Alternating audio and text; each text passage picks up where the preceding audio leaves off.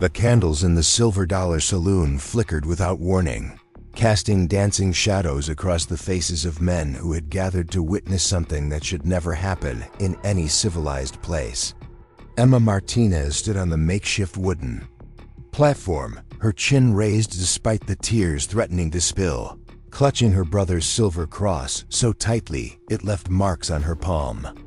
The auctioneer's voice boomed through the smoky air, calling out numbers that represented the price of her freedom, her dignity, her very soul. But what none of them knew was that Miguel Martinez wasn't as gone as they believed. And when the gavel was about to fall, sealing his sister's fate to the highest bidder, the temperature in that saloon dropped 20 degrees in an instant. Before we jump back in, tell us where you're tuning in from, and if this story touches you, make sure you're subscribed, because tomorrow I've saved something extra special for you. The autumn wind carried the scent of dying leaves and unfulfilled promises through the streets of Copper Ridge, Nevada, as evening settled over the town like a threadbare blanket. The year was 1884, and the silver mines that had once made this place prosperous were now yielding less ore each month, leaving behind a community of desperate people making desperate choices. Emma Martinez had learned this truth the hard way, standing in the cramped office of Vincent Crow, the town's most ruthless debt collector, listening to him explain why her family's small ranch now belonged to him.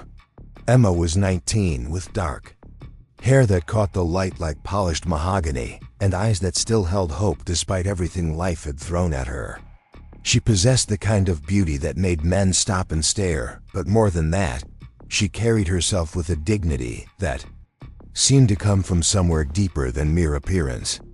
Her calloused hands told the story of someone who had worked every day since childhood, first helping her parents tend their modest spread of land, then caring for her younger brother Miguel after their parents died of fever 3 winters ago. Miguel had been everything to her. At 17, he was tall and lean with their father's stubborn streak and their mother's gentle heart. He had sandy brown hair that never stayed combed and a smile that could convince anyone to see the bright side of the darkest situation. When the ranch started struggling, Miguel had insisted on taking work in the copper mines to help make ends meet. Emma had begged him not to go underground. Something about those tunnels filled her with dread, but Miguel had laughed off her concerns. He was young and strong and certain that nothing could hurt him. 6 months ago, the East Tunnel had collapsed. During the night shift, they found Miguel's body 3 days later, crushed beneath tons of rock and timber, still wearing the silver cross their mother had given him on his confirmation day. Emma had buried him in the little cemetery behind the Church of St. Helena, placing wildflowers on his grave every Sunday and talking to him about the ranch, about her fears, about how much she missed hearing his terrible jokes echo through their small cabin. What Emma didn't know was that Miguel hadn't left her. Not really. Death, it seemed, was just another boundary that love could cross when the need was great enough. Miguel's spirit lingered in the spaces between worlds, drawn by his sister's grief and his own unfinished business. He had made a promise to protect Emma, and death wasn't about to make him break his word. The morning everything changed started like any other. Emma was in the barn, trying to coax milk from their aging cow, when Vincent Crow arrived with his ledger and his cold smile. Crow was a man who fed on other people's misfortune, thin as a scarecrow but twice as menacing, with pale eyes that seemed to calculate the worth of everything they looked upon. He wore expensive clothes that didn't quite fit his frame and spoke with the kind of politeness that felt more threatening than outright hostility. Emma had known this day was coming. The medical bills from Miguel's injuries, the funeral costs, the missed payments on the ranch mortgage, all of it had been adding up like storm clouds gathering on the horizon. She had tried everything, taking in laundry, selling her mother's jewelry, even working nights at Martha Wells' boarding house, but it wasn't enough. It was never enough. Crow spread his papers across her kitchen table like a dealer laying out cards for a rigged game. The numbers swam before Emma's eyes, but The final sum was clear enough. She owed more money than she could earn in 5 lifetimes. The ranch, the cabin, even the few pieces of furniture that had belonged to her parents, all of it now belonged to Vincent Crow. However, Crow said, his voice smooth as snake oil, I'm not an unreasonable man. There are other ways to settle debts, especially for a young woman of your particular assets. Emma felt ice form in her stomach as Crow explained his proposal. There would be an auction, he said, a private gathering of interested gentlemen who understood the value of rare commodities. Emma's virtue, her youth, her beauty, these things had worth in the right marketplace. One night with the highest bidder would clear her debt completely, and she would be free to start a new life wherever she chose. The alternative was debtor's prison, or worse, the kind of arrangements that women in her position sometimes had to make just to survive. At least this way, Crow reasoned, she would have some dignity left afterward, some money to begin again. Emma's hands shook as she held Miguel's cross, feeling the cool silver warm against her palm. She thought about her brother, about what he would say if he could see her now. Miguel had always been the brave one, the one who faced problems head-on while Emma worried and planned and tried to find safer solutions. But Miguel was gone, and Emma was alone, and sometimes the only choice left was between bad and worse. When? She whispered, hating herself for asking but seeing no other path forward. Tomorrow night, Crow replied, already gathering his papers. At the Silver Dollar Saloon. I'll send someone to escort you at 8 o'clock sharp. Wear something appropriate. After Crow left, Emma sat in her empty kitchen and cried for the first time since Miguel's funeral. She cried for her parents, who had worked so hard to build something lasting only to have it all slip away. She cried for Miguel, who had died trying to save what couldn't be saved. And she cried for herself, for the girl she had been just a few hours ago, the one who still believed that good things happened to people who worked hard and treated others with kindness. That night, Emma knelt beside her bed and prayed with a desperation she had never felt before. She prayed for a miracle, for intervention, for anything that might save her from the fate that awaited her tomorrow evening. She pressed Miguel's cross to her lips and whispered his name, wishing more than anything that she could hear his voice one more time, feel his presence one more time, know that she wasn't truly alone in the world. The wind outside her window picked up, rattling the glass in its frame with an intensity that seemed almost deliberate. Emma looked up, startled by the sudden change in weather, and for just a moment, she could have sworn she heard something. In that wind, something that sounded almost like her name, spoken in a voice she recognized but couldn't quite place. The next evening arrived with unseasonable cold, the kind that seeped through clothing and settled in bones despite the lack of snow. Emma dressed in her mother's blue Sunday dress, the one she had worn to church socials before the world became so complicated. She braided her hair simply and pinned it up, trying to look respectable while knowing that respectability was a luxury she could no longer afford. Martha Wells arrived at 7:30 with a shawl and a stern expression. Martha was a woman in her 50s who had seen enough of life to understand its cruelties without becoming cruel herself. She had offered Emma work at her boarding house, and when that wasn't enough, she had tried to loan her money that they both knew would never be repaid. Now she stood in Emma's doorway, her face a mask of barely controlled anger at the circumstances that had brought them to this moment. "You don't have to do this," Martha said for the 10th time since yesterday. "There are other ways.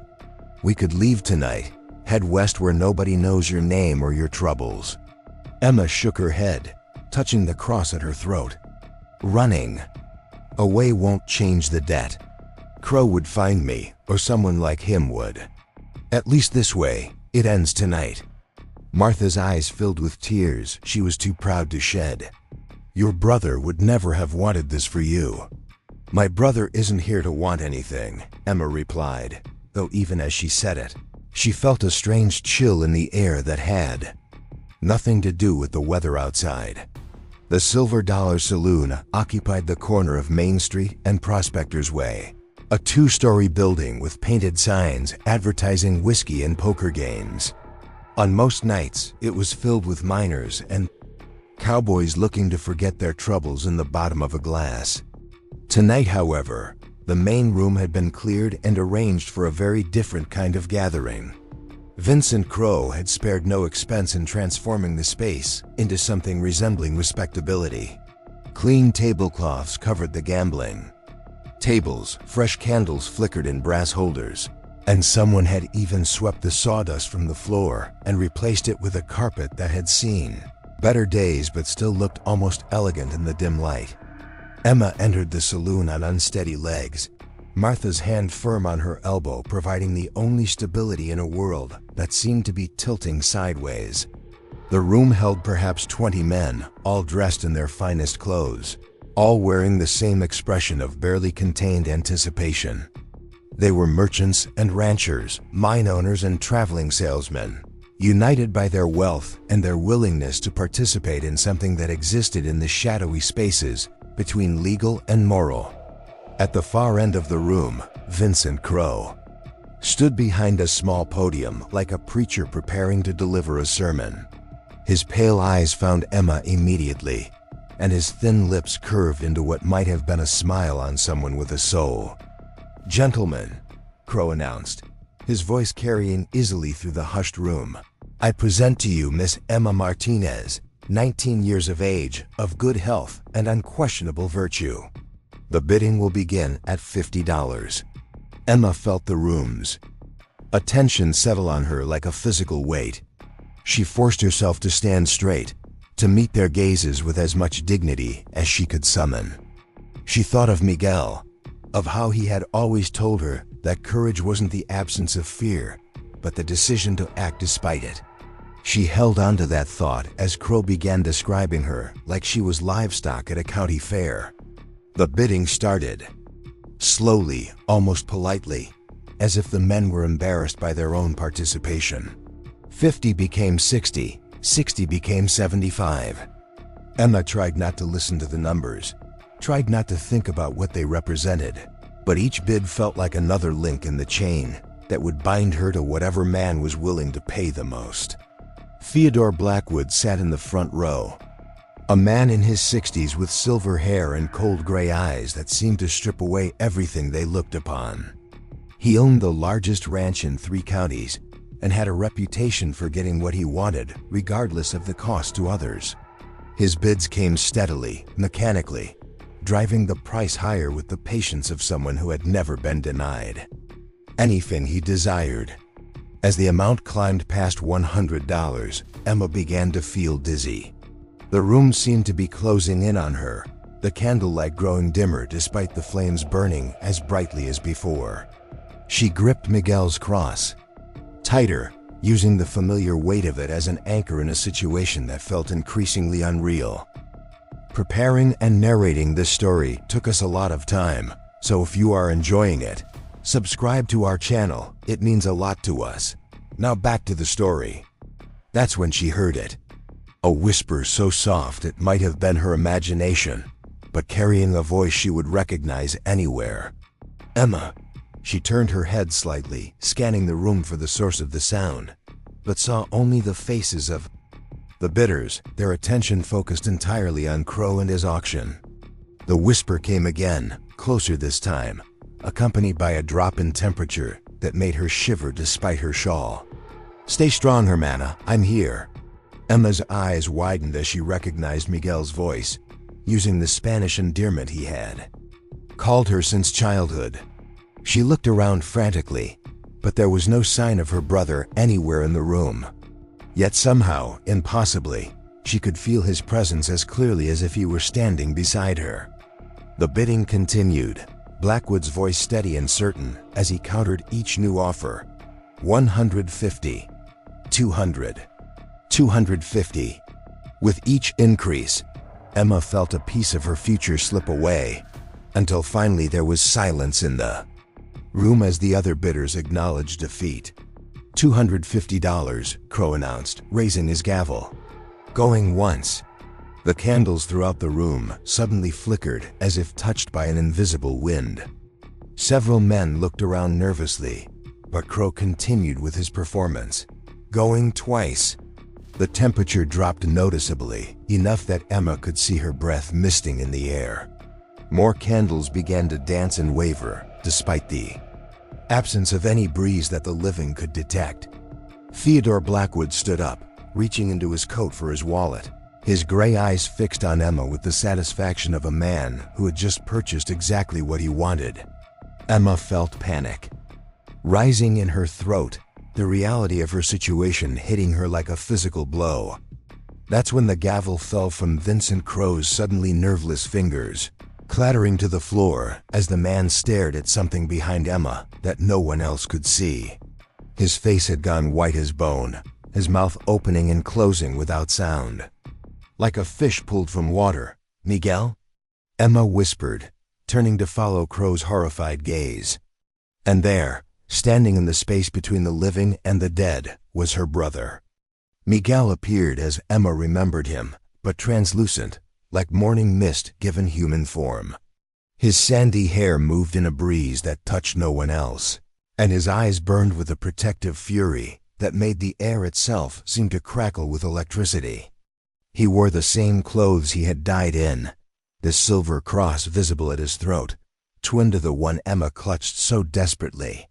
The room erupted in chaos as men stumbled backward, overturning chairs and knocking over candles in their haste to distance themselves from the impossible sight before them. Some crossed themselves and muttered prayers. Others simply ran for the door without looking back. But Theodore Blackwood remained where he was, his gray eyes narrowed as if trying to determine whether this was some elaborate trick designed to cheat him of his purchase. Miguel's spirit turned its attention to the older man, and when their eyes met, Blackwood's confident expression cracked like ice under pressure. Whatever the ghost's gaze showed him, it was enough to send the powerful rancher stumbling toward the exit, his wallet forgotten on the floor where it had fallen. Vincent Crow had backed against the wall, his ledger pressed against his chest like a shield, his pale eyes wide with terror. "This isn't possible," he stammered. "Dead is dead. Dead stays dead." Miguel's form solidified slightly as he stepped closer to the debt collector, his voice carrying the weight of the grave when he finally spoke. "You would sell my sister like cattle. You would profit from her innocence, from her desperation, from the grief that your greed helped create." Emma found her voice, reaching toward her brother's spirit with trembling fingers. "Miguel, how? Are you here?" The ghost turned to his sister, his expression softening with love that death could not diminish. "I promise to protect you, Hermana. That promise doesn't end just because I'm no longer breathing." Vincent Crow tried to edge toward the door, but Miguel's attention snapped back to him like a whip crack. "The debt is forgiven," the spirit said, his voice echoing strangely in the nearly empty room. "The papers will be destroyed. The ranch returns to my sister, free and clear." "I can't," Crow whimpered. "The law, contracts, legal obligations." Miguel's form grew brighter, more solid, until he looked almost alive again, except for the cold light that emanated from his skin. "There are laws beyond the ones written by men, Vincent Crow. Laws about justice, about protecting the innocent, about the price of preying on the desperate. Would you like me to show you what awaits those who break them?" Crow's resistance crumbled entirely. With shaking hands, he pulled Emma's debt papers from his coat and began tearing them into pieces, letting the fragments fall to the floor. "Like snow. Forgiven," he gasped. "All of it forgiven. Please just let me leave." Miguel watched until every piece of paper had been destroyed, then turned back to Emma. His form was already beginning to fade, the effort of manifesting in the physical world taking its toll even on a spirit driven by love and determination. "You're free now," he said, his voice growing distant. "The ranch is yours, the debt is gone. Live, Emma, live the life I can't." "Don't go," Emma pleaded, tears streaming down her face. I've missed you so much. I need you. Miguel, spirit, smiled with infinite tenderness. I'm always with you, Hermana. Every sunset, every time the wind calls your name, every time you touch that cross. Love doesn't die just because the body does. As the last of the candles guttered out and darkness claimed the Silver Dollar Saloon, Miguel Martinez faded back into the space between worlds, his duty fulfilled and his sister safe. Emma stood alone in the shadows, clutching the silver cross and feeling, for the first time since his death, that she truly wasn't alone at all. The morning after would bring questions, investigations, and stories that would be told around Copper Ridge for generations to come. But that night, Emma Martinez walked home to her ranch as a free woman, guided by starlight and the certain knowledge that some bonds are stronger than death itself. The story of what happened in the Silver Dollar Saloon spread through Copper Ridge like wildfire, changing with each telling but never losing its essential truth. Some said it was a trick of light and shadow, others claimed divine intervention, but everyone agreed that something extraordinary had occurred that night, something that reminded them all that there were still forces in the world that stood against cruelty and injustice. The locomotive's whistle echoed across the valley as the westbound train pulled into Copper Ridge Station, its iron wheels grinding against steel rails with a sound like thunder rolling through the mountains. Steam hissed from the engine's belly, creating ghostly white clouds that drifted across the platform where a handful of passengers waited to disembark. Among them was James Harrison, a man whose weathered hands and steady gaze spoke of someone who had seen enough of the world to understand both its beauty and its cruelty.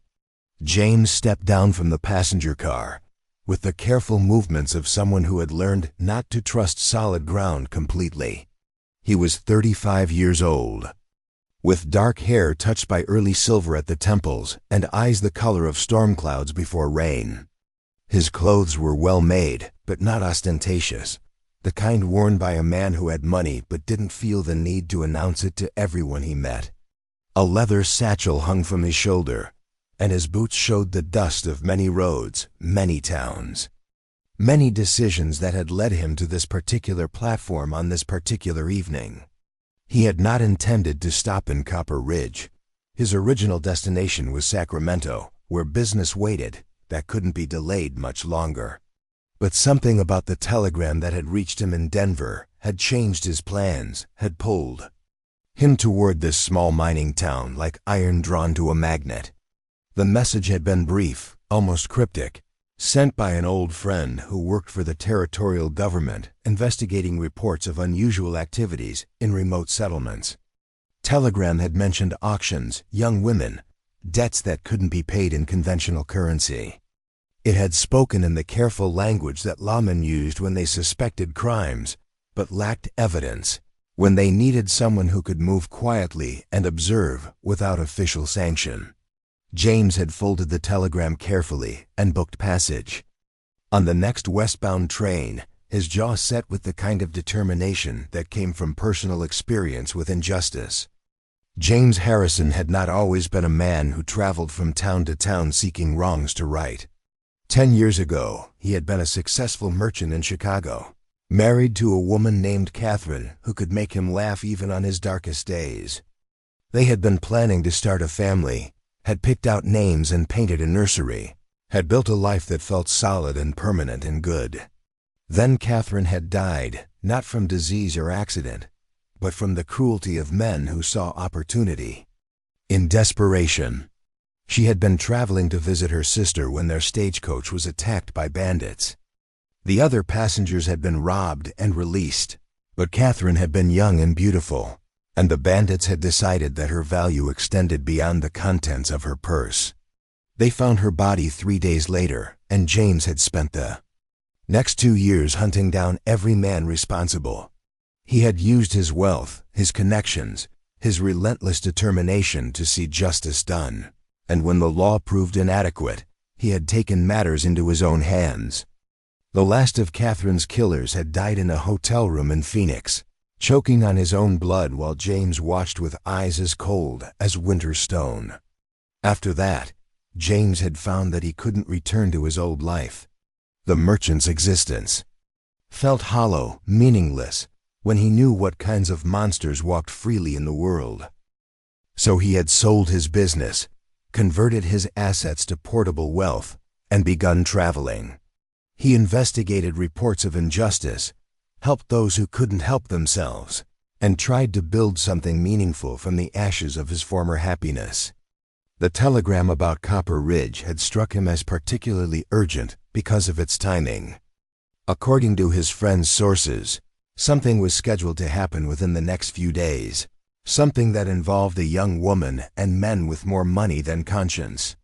James had seen such situations before, had learned to recognize the signs of a community that had allowed evil to take root through silence and complicity. As James walked through the streets of Copper Ridge, he took careful note of his surroundings. The town had the worn, desperate look of a place whose best days were behind it. Paint peeled from building facades, windows were cracked and boarded, and the few people he passed moved with the hunched shoulders of those who had grown accustomed to disappointment. The silver mines that had once brought prosperity were clearly struggling, leaving behind a population that was learning to survive on whatever opportunities presented themselves. James checked into Martha Wells' boarding house, a two-story structure that had been painted white at some point in the distant past but now wore a patina of dust and neglect that spoke of harder times. Martha herself was a woman in her 50s, with graying hair pulled back in a practical bun and eyes that missed very little of what happened in her establishment or her town. She looked James over with the careful assessment of someone who had learned to judge character quickly and accurately. "You're not a miner," she observed, taking the money he offered for a week's lodging. "Not a cowboy either, despite the boots. What brings you to Copper Ridge, Mr. Harrison?" James had prepared for this question during his journey. "Business," he said simply. "I represent certain interests that are concerned about reports of irregular activities in remote settlements. Nothing official, you understand. Just a man making sure that everything is proceeding according to proper standards." Martha's expression shifted subtly, a tightening around her eyes that suggested she understood more than she was willing to say aloud. "Well, Mr. Harrison, I hope you find our little town meets whatever standards you're looking for. Though I should warn you that Copper Ridge has its own way of doing things, and outsiders who ask too many questions sometimes find themselves unwelcome." The warning was delivered with the kind of casual tone that made it more menacing than a direct threat. James nodded politely and accepted the key to his room, but he filed the woman's words away for later consideration. Martha Wells was clearly someone who knew where the bodies were buried in this town, and her reaction to his presence suggested that she was expecting some kind of trouble. James spent his first evening in Copper Ridge walking the streets and visiting the establishments where men gathered to drink and talk. The Silver Dollar Saloon was the largest such venue, and he found it filled with the usual collection of miners, cowboys, and local businessmen. He ordered whiskey and listened to conversations, learning about the town's struggles with declining ore production, about families who had lost their savings to bad investments, about young people who left for opportunities in larger cities and never returned. But beneath these ordinary concerns, James detected undercurrents of something darker. Conversations that stopped when strangers approached, glances exchanged between men who clearly shared secrets, references to private arrangements and special gatherings that were discussed in voices too low for casual eavesdropping. It was Vincent Crow who provided the first direct confirmation of James's suspicions. Crow entered the saloon near closing time, moving through the crowd with the confidence of a man who owned more than his share of the room. He was thin and pale, with the kind of smile that never reached his eyes, and when he spoke to the bartender about arrangements for the following evening, James heard enough to understand that something significant was planned. James finished his drink and left the saloon, But he didn't return immediately to Martha Wells' boarding house. Instead, he walked through the quieter residential streets, noting which houses showed signs of recent abandonment, which properties appeared to be changing hands, which families seemed to be struggling more than others. The pattern that emerged painted a picture of a community under economic stress, where desperation was creating opportunities for those willing to exploit it. The next morning brought news that confirmed James's worst fears. Martha Wells mentioned over breakfast that Emma Martinez, a young woman whose family had faced recent tragedies, was dealing with debt collectors who were demanding immediate payment of obligations that exceeded her ability to pay. The conversation was conducted in the careful language that people use when discussing topics that were simultaneously common knowledge and somehow forbidden. But James understood the implications clearly enough. He spent the day making discreet inquiries, learning about Emma's situation from storekeepers and neighbors who were willing to share information with a well-dressed stranger who asked the right questions in the right way. The picture that emerged was of a young woman who had lost her parents to disease and her brother to a mining accident, who had struggled to maintain the family ranch despite mounting debts, and who now faced impossible choices because of circumstances beyond her control. James also learned about the men who were gathering for Vincent Crow's special auction, wealthy individuals from Copper Ridge and surrounding communities who had developed appetites that conventional entertainment couldn't satisfy. Theodore Blackwood's name came up repeatedly, spoken with the kind of fearful respect that powerful men commanded in small towns, where their influence touched every aspect of daily life. As evening approached, James found himself facing a decision that he had confronted many times before in many different towns. He could report his findings to the territorial authorities and hope that official intervention would arrive in time to prevent whatever was planned for that night. He could confront the situation directly, using his own resources and determination to disrupt Crow's auction before it could proceed. Or he could document everything carefully and pursue justice through legal channels after the fact, knowing that such an approach would do nothing to help Emma Martinez in the immediate term. The choice became clear when James saw Emma walking toward the Silver Dollar Saloon, accompanied by Martha Wells, her face pale but resolute, wearing a blue dress that made her look even younger than her 19 years. There was something in her bearing that reminded him of Catherine, a dignity that remained intact despite circumstances that would have broken many people. James felt the familiar fire of protective anger kindle in his chest, the same emotion that had driven him to hunt down his wife's killers and that now compelled him to intervene once again. James Harrison had learned many things during his years of traveling from town to town, fighting injustices that official law enforcement couldn't or wouldn't address. He had learned that timing was everything, that the right action at the wrong moment could make situations worse rather than better. He had learned that preparation and patience were more valuable than courage or good intentions. And he had learned that sometimes the most effective intervention was the one that nobody saw coming. Part 3. Whispers in the Dark. The Silver Dollar Saloon had been transformed into something that pretended to be respectable, while serving purposes that were anything but. James Harrison observed the preparations from across the street, noting how Vincent Crow had arranged the space to create an atmosphere of legitimacy around an event that violated every principle of human decency.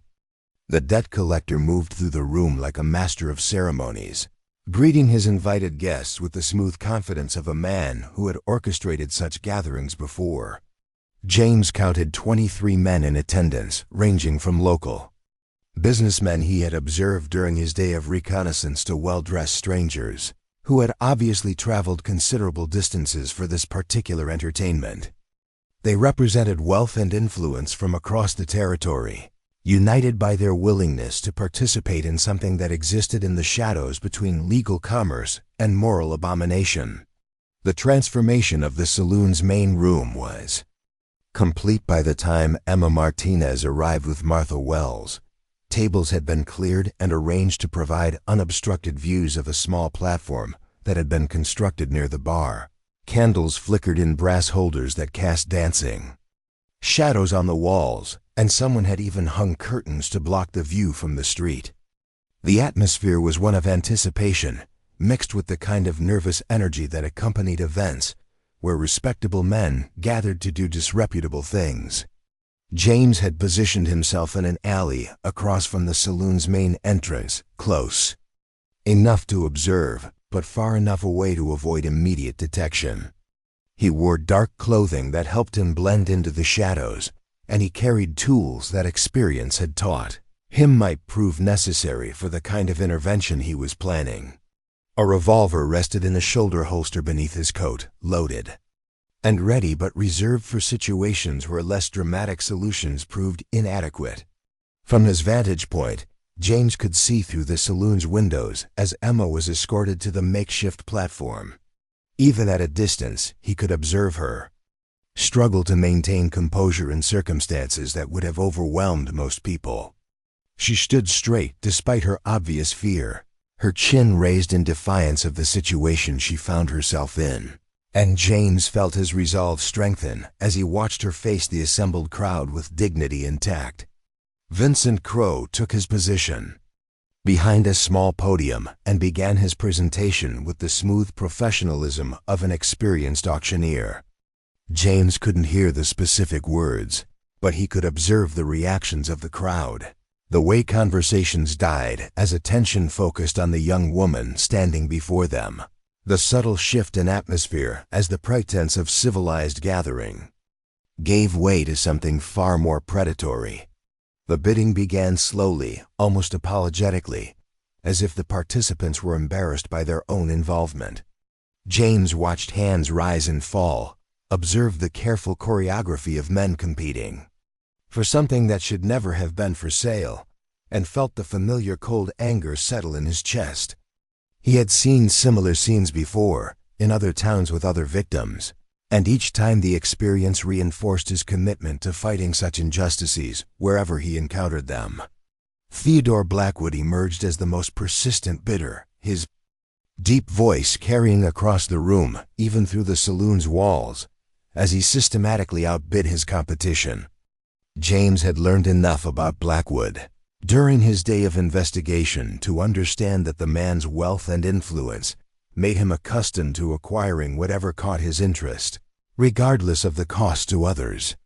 The rancher's methodical approach to the auction suggested that he viewed Emma Martinez as just another commodity to be purchased and consumed. As the bidding price climbed higher, James prepared to implement the plan he had formulated during his hours of observation and preparation.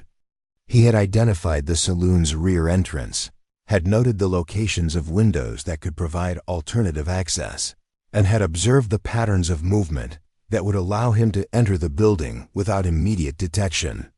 His intention was to disrupt the auction through dramatic intervention, to create enough chaos and confusion to allow Emma to escape while simultaneously documenting the identities of everyone involved for later prosecution. But as James moved toward his chosen entry point, the temperature around him began to drop with an intensity that seemed to defy natural explanation. The evening had been cool but not cold, yet suddenly his breath was visible in the air, and frost began forming on the windows of nearby buildings. The change was so dramatic and unexpected that James paused in his approach, uncertain whether he was experiencing some kind of unusual weather phenomenon or something else entirely.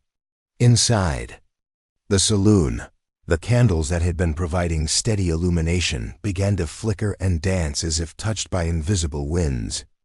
James could see the gathering through the windows more clearly now, could observe the confusion and nervousness that began spreading through the crowd as the temperature continued to plummet. Several men looked around uncertainly, pulling their coats tighter, while others muttered comments about the building's heating system. Vincent Crow seemed determined to proceed despite the unusual conditions, his voice rising as he called for final bids on his human merchandise. Theodore Blackwood responded with the confidence of a man who had never been denied anything he wanted, announcing a sum that effectively ended the competition. James could see Emma's shoulders slump slightly as she realized that her fate was being sealed by the exchange of money between men who saw her as nothing more than an object for their entertainment. That's when James witnessed something that challenged every assumption he had ever made about the nature of reality itself.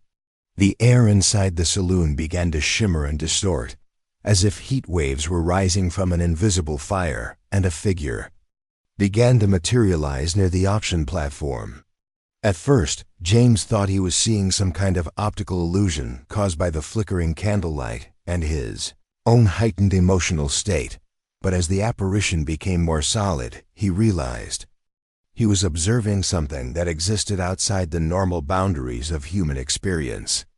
The ghost of Miguel Martinez appeared like morning mist given human form, translucent but undeniably present, his sandy hair moving in breezes that affected no one else in the room, his eyes burning with protective fury that made the air itself seem to crackle with electricity. James watched in amazement as the spirit confronted Vincent Crow, observed the debt collector's terrified reaction to an intervention that no human planning could have anticipated. The chaos that followed exceeded anything James could have orchestrated through conventional means. Men stumbled over each other in their haste to escape the supernatural presence. Chairs overturned and candles fell, and the carefully controlled atmosphere of Crow's auction dissolved into panic and confusion. James saw Theodore Blackwood's confident expression crumble as the ghost's attention fixed on him, watched the powerful rancher flee like a frightened child when confronted with forces that his wealth and influence couldn't control. Through it all, Emma stood frozen on the platform, her face a mixture of disbelief and recognition as she stared at the spirit of her deceased brother. James could see her lips moving, could observe the tears streaming down her face, and he understood that he was witnessing a reunion that transcended the normal boundaries between life and death. Whatever grief and desperation had brought Emma to this moment, she was no longer facing it alone. Miguel's ghost turned its attention to Vincent Crow, and James watched the debt collector's resistance crumble as the spirit demanded the destruction of Emma's debt papers. Crow's hands shook as he tore the documents into pieces, his pale face gleaming with sweat despite the supernatural cold that had settled over the room.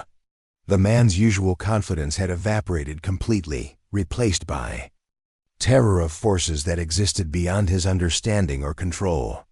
As the last of the auction participants fled into the night, James remained hidden in the shadows across the street, uncertain whether to reveal his presence or allow the supernatural intervention to conclude without human interference.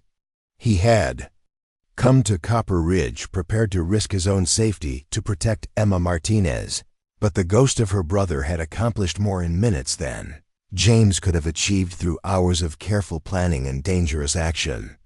The spirit began to fade as its mission neared completion, growing translucent until it was barely visible even in the dim candlelight.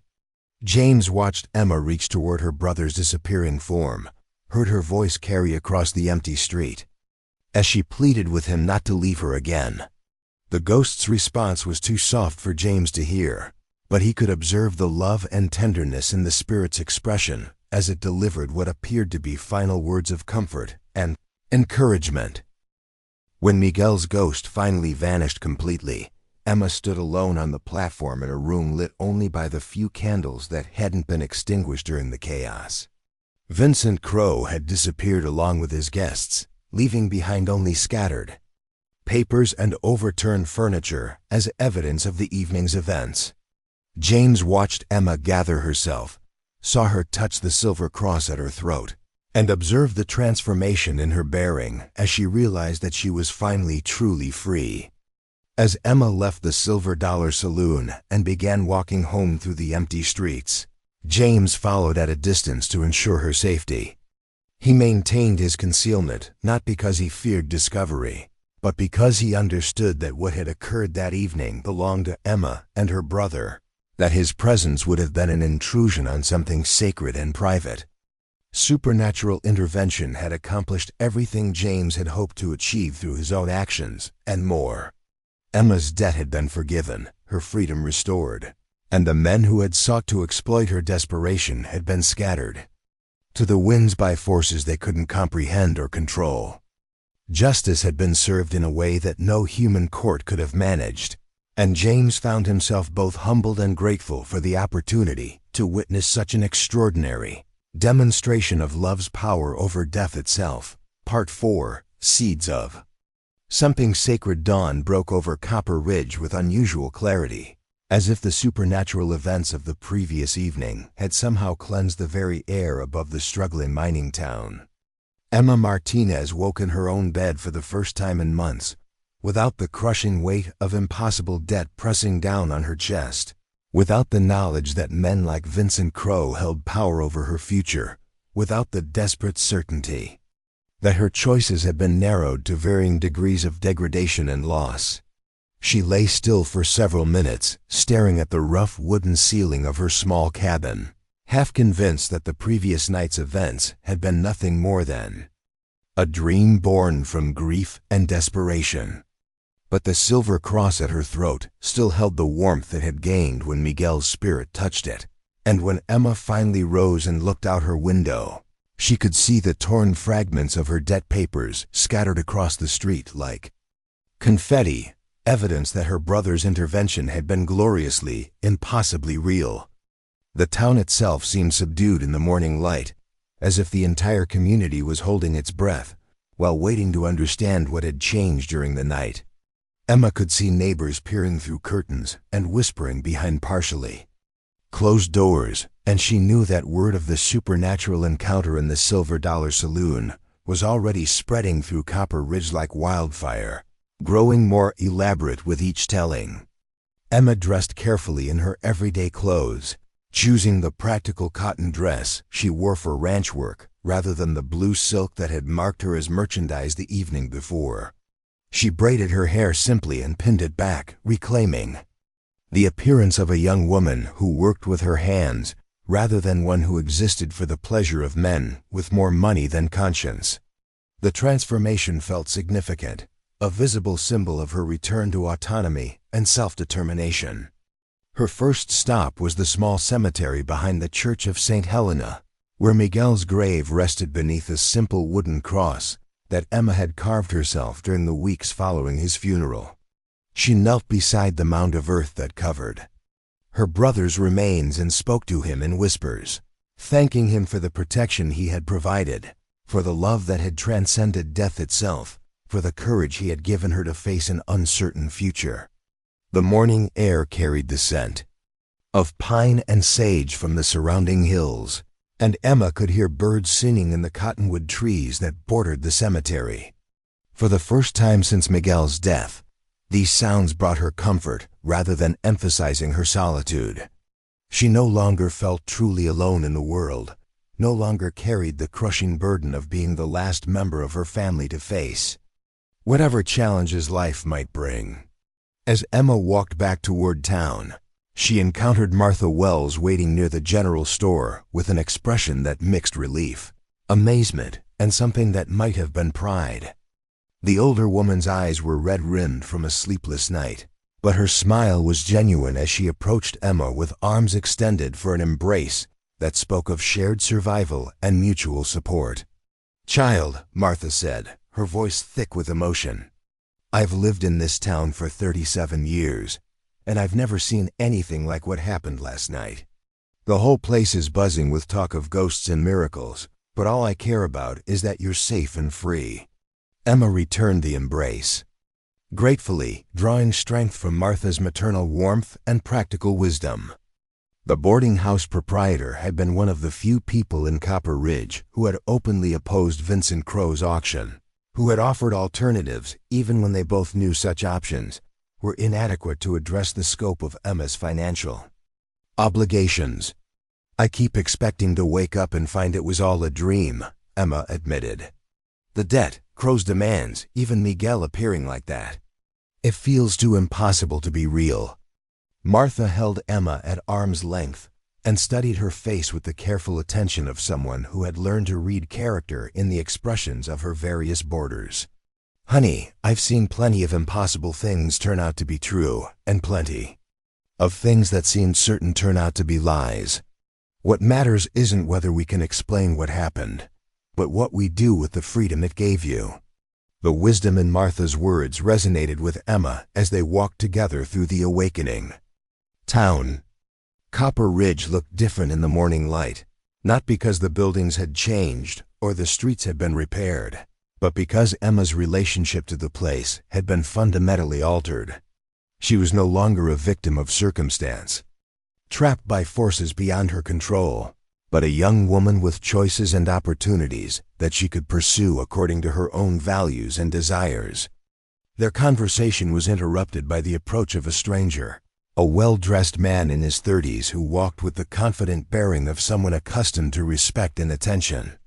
Emma recognized him as one of the guests at Martha's boarding house, though she couldn't recall seeing him around town before the previous evening. There was something in his storm-gray eyes that suggested he had witnessed more of life's complexities than most people, and his manner as he approached them was respectful rather than presumptuous. "Miss Martinez," the stranger said, removing his hat in a gesture of old-fashioned courtesy, "my name is James Harrison. I wonder if I might have a word with you about the events of last evening, if you're comfortable discussing such matters." Emma felt Martha tense beside her, the older woman's protective instincts activated by the appearance of yet another unknown man seeking conversation with someone who had already endured too much unwanted attention. But there was something in James Harrison's demeanor that suggested he was different from the men who had gathered for Vincent Crow's auction, something that spoke of genuine concern rather than predatory interest. "What kind of word?" Emma asked cautiously, her hand moving instinctively to touch the silver cross at her throat. James glanced around at the other early risers who were beginning to populate the town's main street, noting how many of them were watching the conversation with obvious curiosity. "Perhaps we could speak somewhere more private. I have information that might be relevant to your situation, and I believe you deserve to know the full scope of what was happening here." Martha stepped slightly forward, positioning herself between Emma and the stranger in a gesture of protective solidarity. "Mr. Harrison, I don't know what your business is in Copper Ridge, but Emma has been through enough trauma for several lifetimes. If you're here to cause more trouble or ask inappropriate questions about last night, you can move along right now." James smiled at Martha's fierce defense of Emma, and his expression conveyed appreciation rather than annoyance at the older woman's intervention. "Mrs. Wells, I assure you that my intentions are entirely honorable.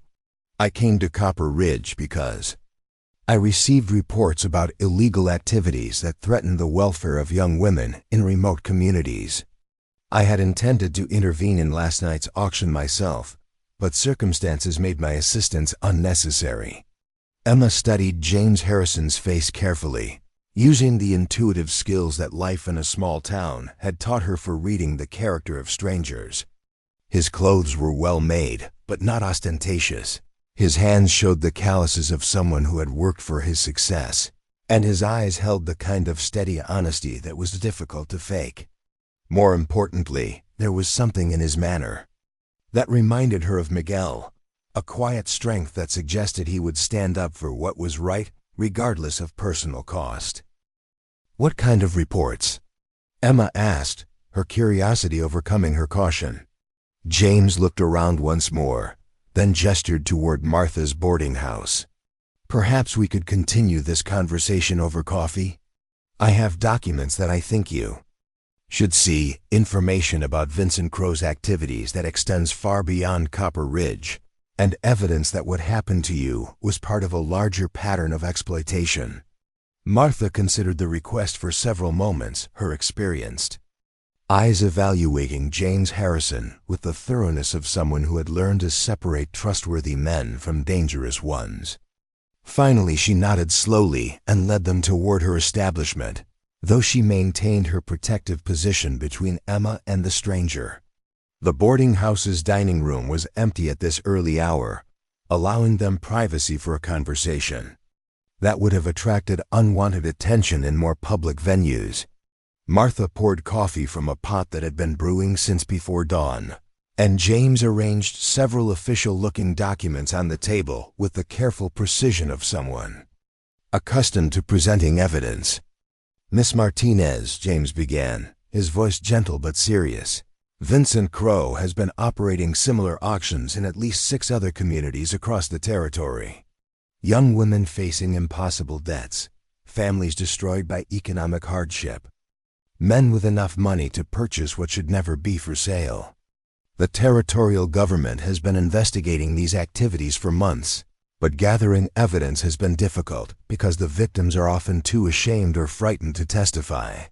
Emma felt her stomach clench as she realized the scope of what she had narrowly escaped. "Other women like me?"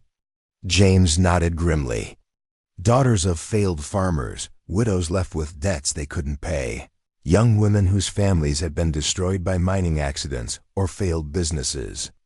Crow and his associates targeted communities where economic desperation made people vulnerable to their particular brand of exploitation. The documents James spread across the table told a story of systematic predation that extended far beyond Emma's personal experience.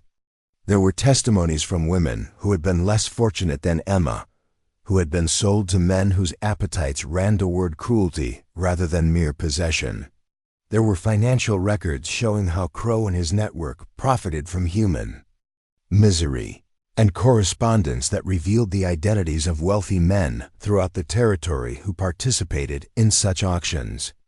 "Theodore Blackwood appears in our records as a frequent purchaser," James continued, pointing to a particular document. "He's been involved in at least 4 similar transactions over the past 2 years, always targeting young women who had no family or community support to protect them." Emma's hands shook as she absorbed the full implications of what James was telling her. She had been targeted not randomly, but as part of a calculated strategy that identified vulnerable individuals and exploited their desperation for profit. The supernatural intervention that had saved her had also prevented her from becoming another statistic in a larger pattern of exploitation and abuse. Martha reached across the table to squeeze Emma's hand, providing the kind of physical comfort that helped ground her in the present moment rather than the horrible possibilities that James's documents revealed. "What happens now?" the older woman asked. "Will there be arrests, trials, justice for what these men have done?" James's expression grew troubled as he considered the question. "That depends largely on whether victims are willing to testify, whether we can gather enough evidence to convince territorial courts to prosecute, and whether powerful men like Blackwood can use their influence to escape consequences. The supernatural events of last night will complicate matters significantly, since most people won't believe such testimony, and defense attorneys will use claims of ghostly intervention to discredit other evidence. The practical challenges of seeking justice through official channels seemed overwhelming, but Emma found herself thinking about the other women whose names appeared in James's documents, young people who had faced similar desperation without the benefit of supernatural protection. The knowledge that her brother's spirit had saved her from a fate that others had been forced to endure created a sense of responsibility that she hadn't anticipated. "What can I do to help?" Emma asked, her voice stronger than she had expected. "How can we make sure this doesn't happen to anyone else?" James looked at her with surprise and admiration, clearly not having expected such a response from someone who had so recently escaped trauma herself. "Miss Martinez, you've been through an extraordinary ordeal. No one would blame you for wanting to put this behind you and focus on rebuilding your own life." Emma touched the silver cross at her throat, drawing strength from the connection. It represented to Miguel's protective love. "My brother didn't come back from the dead just to save me. He came back to stop something that was wrong, something that was hurting innocent people. If I don't help finish what he started, then his sacrifice means nothing. The determination in Emma's voice surprised even herself, but it felt right in a way that few things had since Miguel's death. For months, she had been focused on mere survival, on finding ways to endure each day without the support and companionship she had lost. Now, for the first time, she had discovered a purpose that extended beyond her own immediate needs, a way to honor her brother's memory while protecting others from the kind of exploitation she had narrowly escaped. James Harrison studied Emma's face carefully, seeing something in her expression that reminded him of his own transformation years earlier, when personal tragedy had redirected his life toward fighting injustices that official authorities couldn't or wouldn't address. He recognized the look of someone who had discovered that survival wasn't enough, that healing required meaningful action in service of something larger than individual comfort. "There are ways you could help," James said slowly, "but they would require courage and commitment that could put you at risk. Crow and his associates won't simply disappear because of one supernatural encounter. They'll regroup, find new venues, target other communities where desperate people can be exploited." Emma's response came without hesitation. "Then we stop them, all of them, whatever it takes." Part 5. Alliance forged in purpose. The morning sun climbed higher over Copper Ridge as Emma Martinez, Martha Wells, and James Harrison continued their conversation in the boarding house dining room, their coffee growing cold as they discussed plans that would transform Emma from victim to advocate, from survivor to crusader. The documents spread across the table painted a picture of systematic exploitation that extended far beyond the boundaries of their small mining town, and Emma found herself studying the names and faces of other young women who had not been blessed with supernatural intervention. James had brought more than just evidence of Vincent Crow's criminal network. His leather satchel contained maps showing the locations of other communities where similar auctions had taken place, financial records that traced the flow of money between buyers and sellers, and correspondence that revealed the scope of an ambush operation that treated human beings as commodities to be bought and sold like cattle or mining equipment. The territorial authorities had been aware of these activities for months, James explained, pointing to official seals on several documents. But prosecution has been difficult because the victims are often too traumatized or ashamed to testify. And the perpetrators are careful to operate in remote locations where local law enforcement is either absent or compromised. Emma studied a photograph that showed a young woman named Sarah Collins, barely 16 years old, who had been sold to pay her father's gambling debts in a town called Cedar Falls. According to the accompanying report, Sarah had been purchased by a wealthy cattle rancher who had a reputation for treating his human property even worse than his livestock. The girl's fate after the auction was documented in clinical language that failed to convey the human suffering behind the bureaucratic terminology. "What happened to her?" Emma asked, though she dreaded the answer. James's expression grew grim. "She died 6 months later. The official cause was listed as pneumonia, but the territorial physician who examined her body found evidence of systematic abuse and malnutrition. Her purchaser claimed she had been sickly from the beginning, that he had actually tried to help her, but the medical evidence suggested otherwise." The casual mention of Sarah Collins's death hit Emma like a physical blow, forcing her to confront the reality that her own miraculous escape had come at a price measured in other women's suffering. Sarah had been younger than Emma, had faced similar desperation without the benefit of a protective brother's spirit, and had died alone and far from anyone who cared about her welfare. Martha Wells reached across the table to steady Emma's shaking hands, her own eyes bright with unshed tears, as she absorbed the implications of James's revelations. "How many others?" she asked quietly. "At least 37 documented cases over the past 3 years," James replied. "And those are only the ones we know about. The actual number is likely much higher, since many communities don't report such activities to territorial authorities, either because they're ashamed of, what happened, or because local officials are involved in the exploitation themselves. Emma felt anger building in her chest, a clean, focused fury that burned away the lingering effects of trauma and replaced them with determined purpose. The knowledge that her supernatural salvation had been denied to dozens of other young women created a sense of responsibility that she couldn't ignore, a debt that could only be repaid through action on behalf of those who remained at risk. "You said there are ways I could help," Emma said, her voice steady despite the emotions churning beneath the surface. "What exactly are you proposing?" James had clearly been hoping for this question, though he remained cautious about the dangers inherent in his proposal. The territorial government needs witnesses who are willing to testify about their experiences, people who can provide first-hand accounts of how these auctions operate, and who can identify the men who participate in them. Your story is unique because of the supernatural elements, but the basic facts of debt, coercion, and attempted exploitation follow the same pattern we've documented elsewhere. Emma understood that speaking publicly about her ordeal would require courage of a different kind than what she had needed to survive the auction itself. Facing Vincent Crow and his assembled buyers had been terrifying, but at least that terror had been private, witnessed only by men whose opinions she didn't value.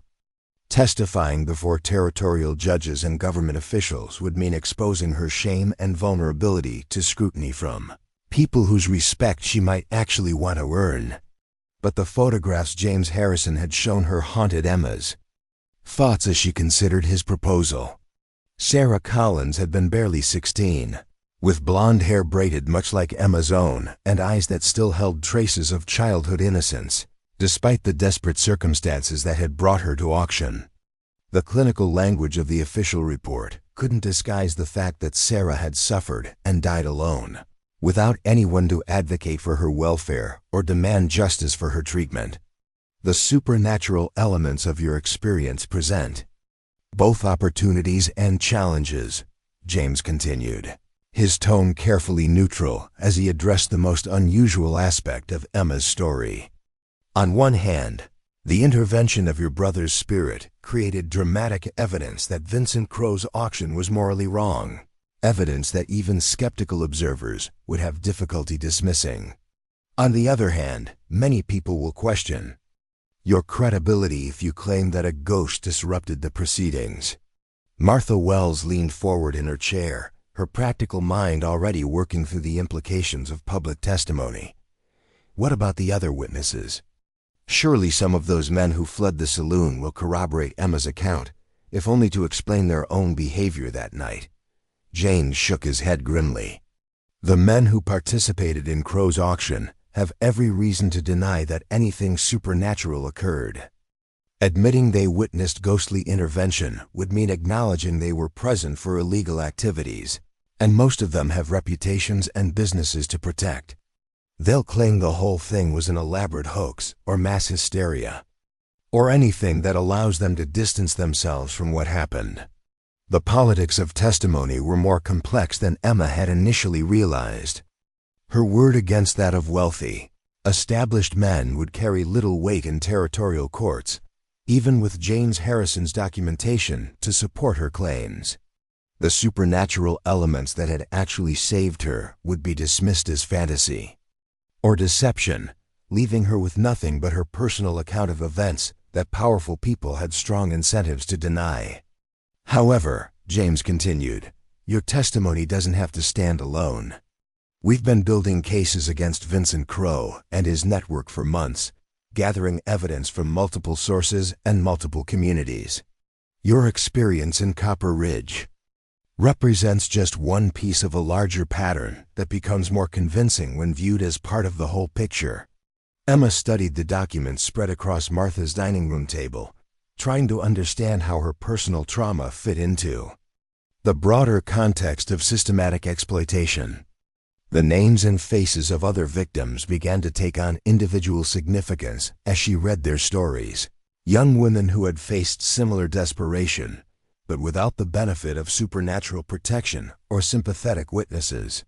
There's something else you should know, James said, his voice dropping to a more confidential tone. "Vincent Crow didn't flee Copper Ridge after last night's events. Our sources indicate he's holed up at Theodore Blackwood's ranch, probably planning how to salvage his operation and deal with the complications your brother's intervention created." The news that Crow remained in the area sent a chill through Emma that had nothing to do with supernatural manifestations.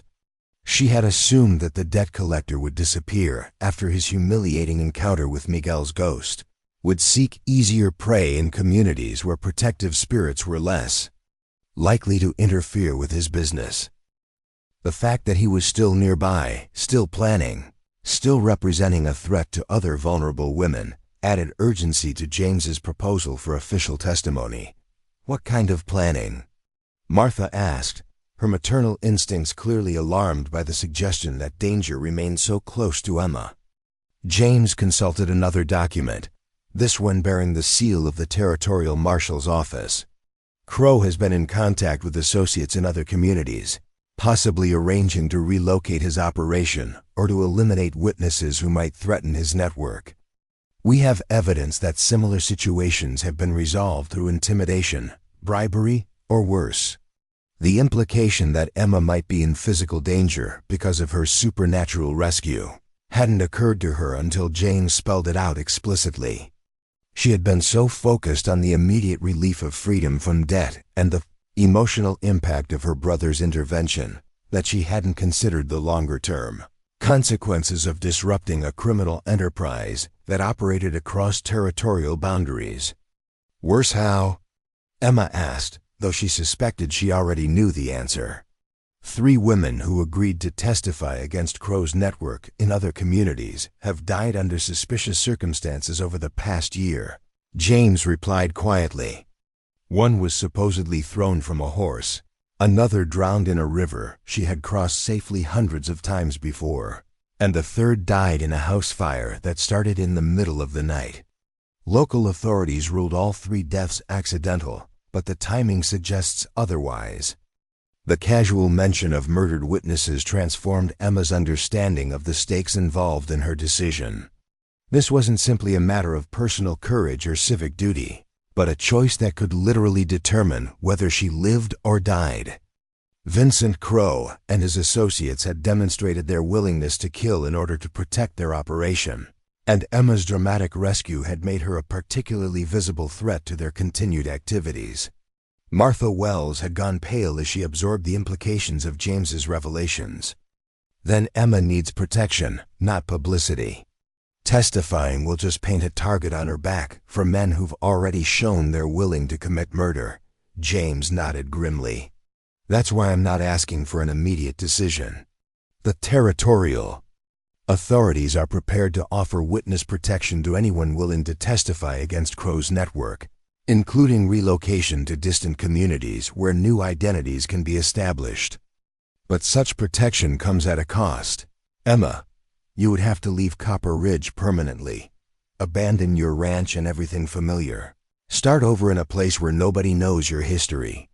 The prospect of leaving her home, her brother's grave, and the life she had worked so hard to build felt almost as devastating as the original threat of the auction itself. Emma had lost so much already: her parents, her brother, her financial security, her sense of safety in the world, and now she was being asked to sacrifice the few connections that remained to her in exchange for the chance to seek justice for women she had never met. "How long would I have to decide?" Emma asked. "The territorial marshal wants to move quickly while evidence is still fresh and witnesses are still alive," James replied. "Ideally, we would transport you to the territorial capital within the week, where you could give formal testimony under protection. After that, assuming your testimony helps secure convictions, you would be relocated to a community of your choosing with enough financial support to establish a new life. A week, 7 days to decide whether to abandon everything she had ever known in order to seek justice for women like Sarah Collins, young women who had faced exploitation and death without anyone to advocate on their behalf. The decision felt impossible, weighted with consequences that extended far beyond her personal welfare. Emma touched the silver cross at her throat, drawing comfort from the connection it represented to Miguel's protective love. Her brother had sacrificed his afterlife peace to save her from Vincent Crow's auction, had manifested across the boundary between life and death because love demanded action in the face of injustice. Could she do less for the women whose photographs lay scattered across Martha's table? "I need to think about this," Emma said finally. "And I need to visit Miguel's grave, to talk with him about what he would want me to do." James gathered his documents carefully, respecting Emma's need for time and space to make such a momentous decision. "Of course. But Emma, I want you to understand that whatever you decide, your courage last night made a difference. The men who participated in that auction will never forget what they witnessed, and word of what happened will spread to other communities where similar exploitation might be planned. Your brother's intervention didn't just save you. It sent a message that some evils won't be tolerated, even by death itself." After James Harrison left to send telegrams to his contacts in the territorial government, Emma and Martha sat in contemplative silence, both women processing the weight of decisions that had been thrust upon them by circumstances beyond their control. The boarding house felt different now that they understood the broader context of Emma's rescue, less like a refuge and more like a temporary shelter before storms that were still gathering strength. "What does your heart tell you?" Martha asked eventually, her voice gentle but probing.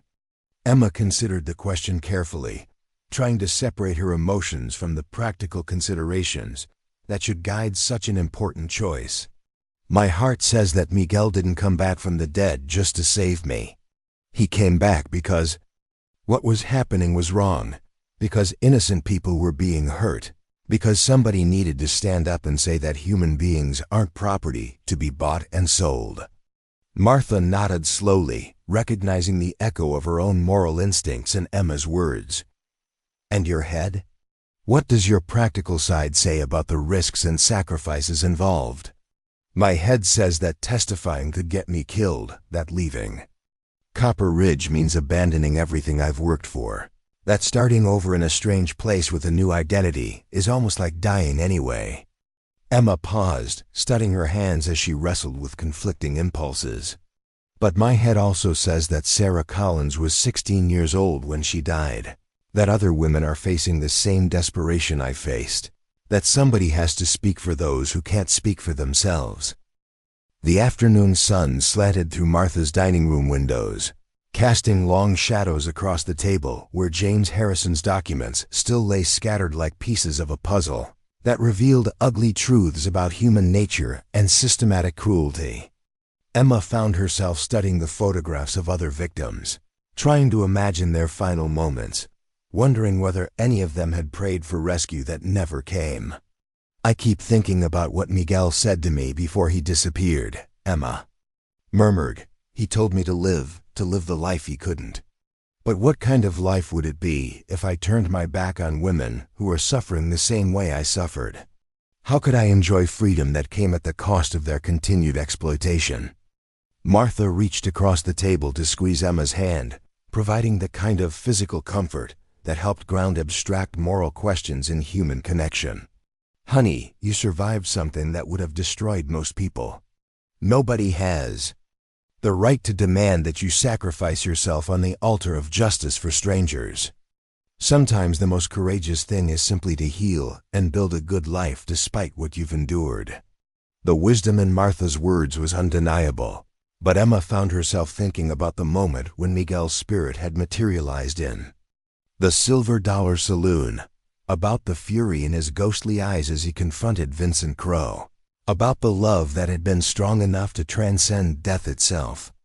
Her brother had chosen to act despite the personal cost, had risked whatever peace he might have found in the afterlife in order to protect someone he loved from injustice. "Maybe courage isn't about avoiding sacrifice," Emma said slowly. "Maybe it's about choosing which sacrifices are worth making, which causes are worth risking everything for."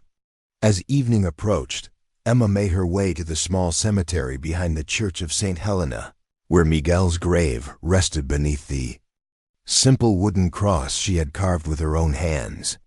The wildflowers she had placed there the previous week were beginning to wilt, but new blooms had appeared among the grasses that grew around the burial site, as if nature itself was honoring her brother's memory. Emma knelt beside the grave and spoke aloud, sharing her fears and hopes with the brother whose spirit she knew was listening even if he couldn't manifest visibly. She told him about James Harrison's proposal, about the other women who had died because nobody had been willing to testify on their behalf, about the choice between personal safety and public service that would determine the course of her remaining years. The evening wind carried the scent of sage and pine from the surrounding hills, and as Emma finished speaking, she could have sworn she heard a whisper that sounded like her name spoken in Miguel's voice. The silver cross at her throat grew warm against her skin, and for a moment she felt her brother's presence as clearly as if he were kneeling beside her among the wildflowers.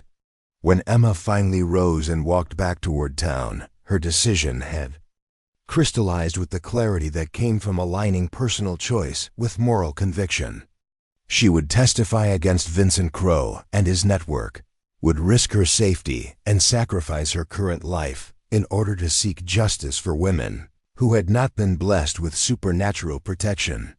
The choice felt right in a way that few things had since Miguel's death, like a path that honored both his memory and the love that had brought him back from beyond the grave. Part 4. The Gathering Storm. 3 days after her conversation with James Harrison, Emma Martinez found herself preparing for a journey that would take her far from everything familiar, toward a future she could barely imagine but had chosen with full knowledge of its costs. The territorial marshal had accepted her offer to testify, and arrangements were being made to transport her safely to the capital where her words might help bring justice to women who had not been as fortunate as she. The intervening days had been filled with preparations both practical and emotional. Emma had worked with Martha Wells to arrange for the care of her small ranch, signing documents that would allow the older woman to manage the property until Emma could return, if she ever could. The paperwork felt strange in her hands, legal language that transformed a lifetime of attachment into bureaucratic arrangements, but Emma signed each document with steady determination. James Harrison had remained in Copper Ridge to coordinate with territorial authorities and to gather additional evidence that might strengthen the case against Vincent Crow's network. His investigation had revealed connections between the debt collector and prominent citizens throughout the territory, men whose reputations and influence would make prosecution challenging but not impossible. The scope of the criminal enterprise was larger than anyone had initially suspected, involving judges, sheriffs, and businessmen who had profited from human trafficking while maintaining facades of respectability. Emma's decision to testify had created ripple effects throughout Copper Ridge itself, as word of her intentions spread through the community despite efforts to maintain secrecy. Some townspeople expressed admiration for her courage, others questioned her judgment in pursuing justice that might bring unwanted attention to their struggling community. The divisions revealed underlying tensions about complicity and responsibility that had been simmering beneath the surface of daily life. Dr. Sarah Chun, the town's physician, visited Emma on the second day to conduct a medical examination that would document any physical evidence of her ordeal. The examination itself was gentle and respectful, but the clinical questions about her experiences brought back memories that Emma had been trying to suppress. Dr. Chun's professional demeanor helped Emma maintain her composure, and the physician's obvious sympathy provided emotional support that supplemented the evidence being gathered. "Your account will carry more weight if it's supported by medical documentation," Dr. Chun explained as she completed her examination. "The territorial courts are beginning to understand that trauma affects people in measurable ways, that psychological injury is as real as physical wounds. Your testimony won't stand alone. It will be part of a comprehensive case that includes multiple forms of evidence." The reassurance was welcome, But Emma understood that medical evidence could only supplement her personal account, not replace the need for her to speak publicly about experiences she would have preferred to keep private. The prospect of describing Vincent Crow's auction to strangers, of having defense attorneys question her credibility and motivations, remained daunting despite the support she was receiving.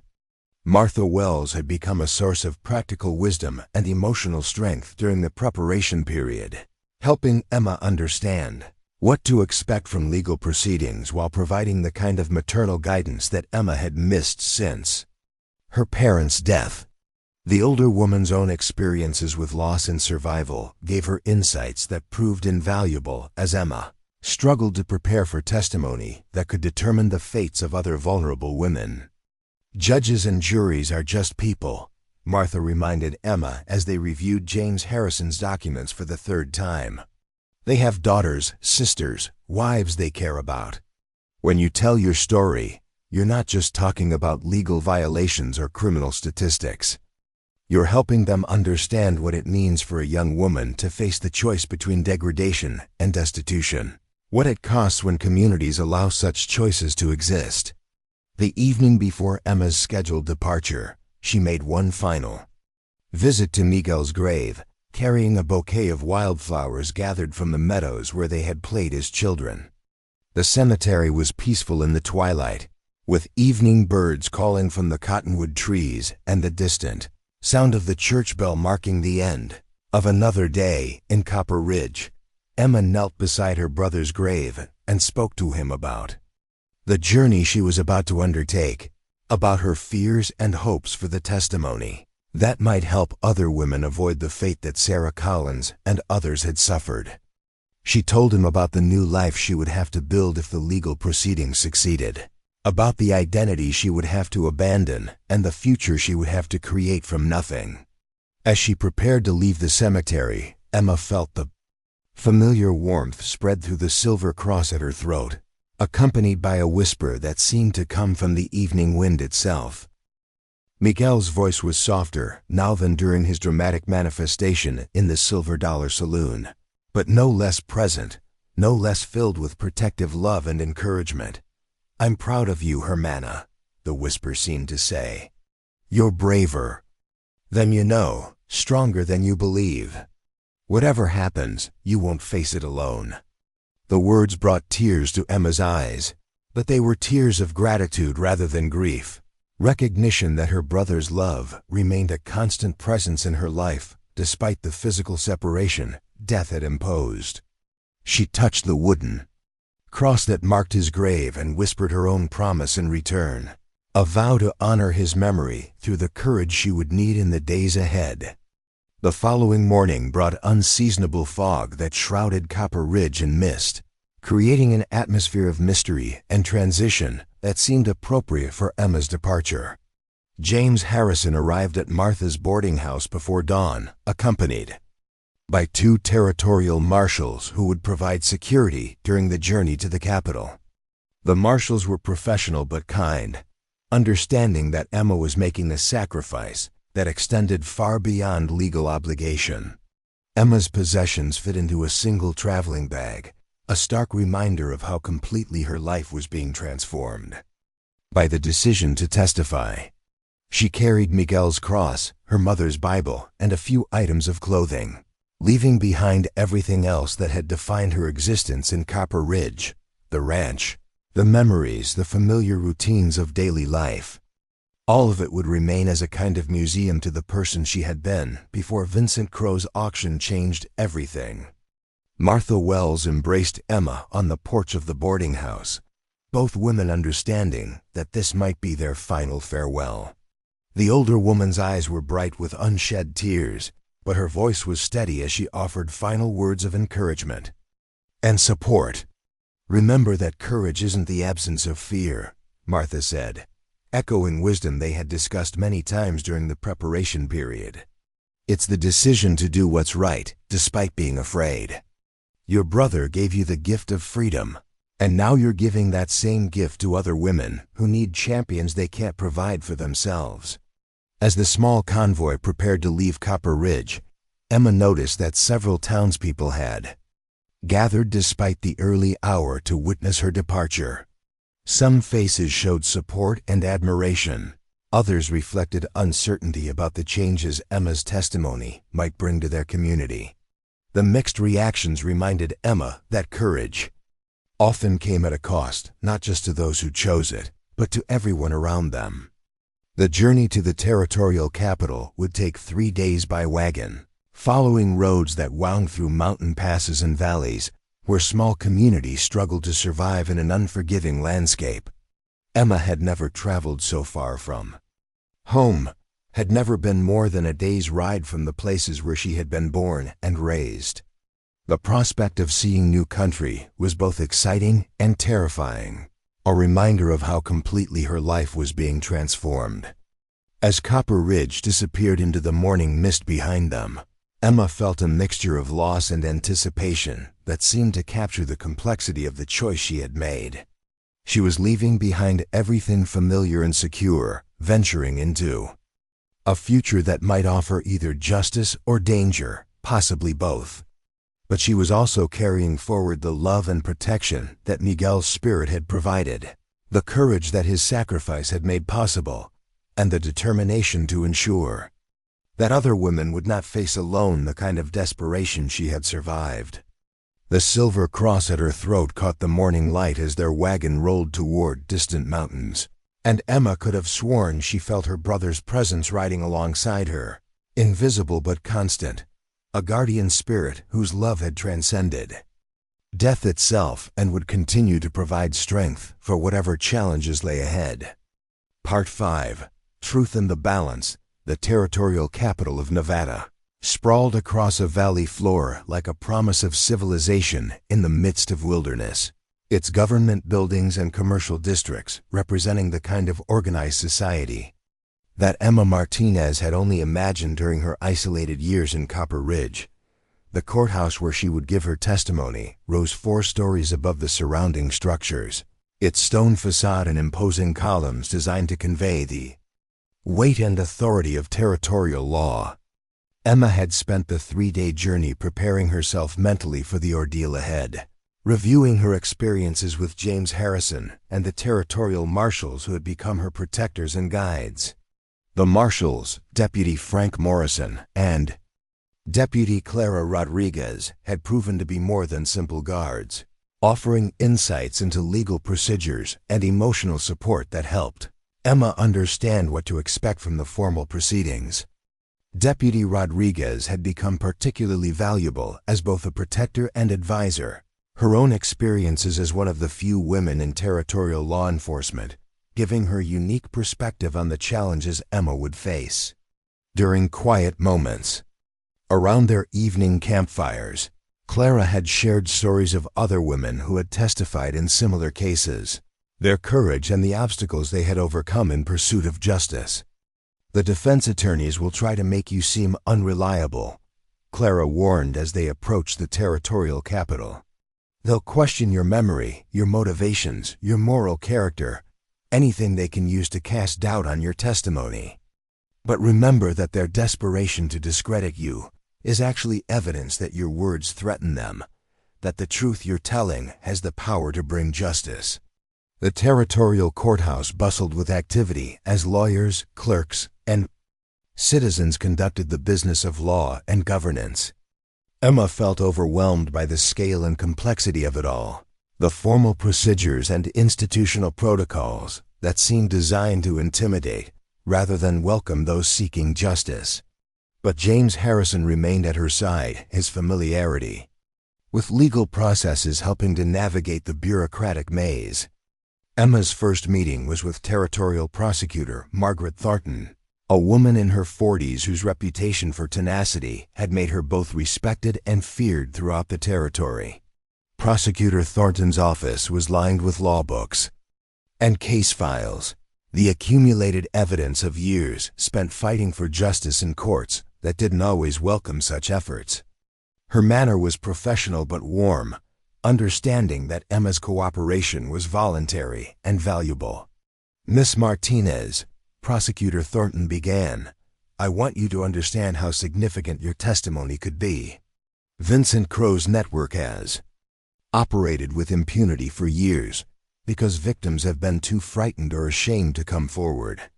Your willingness to speak publicly could be the key that unlocks prosecutions across the entire territory.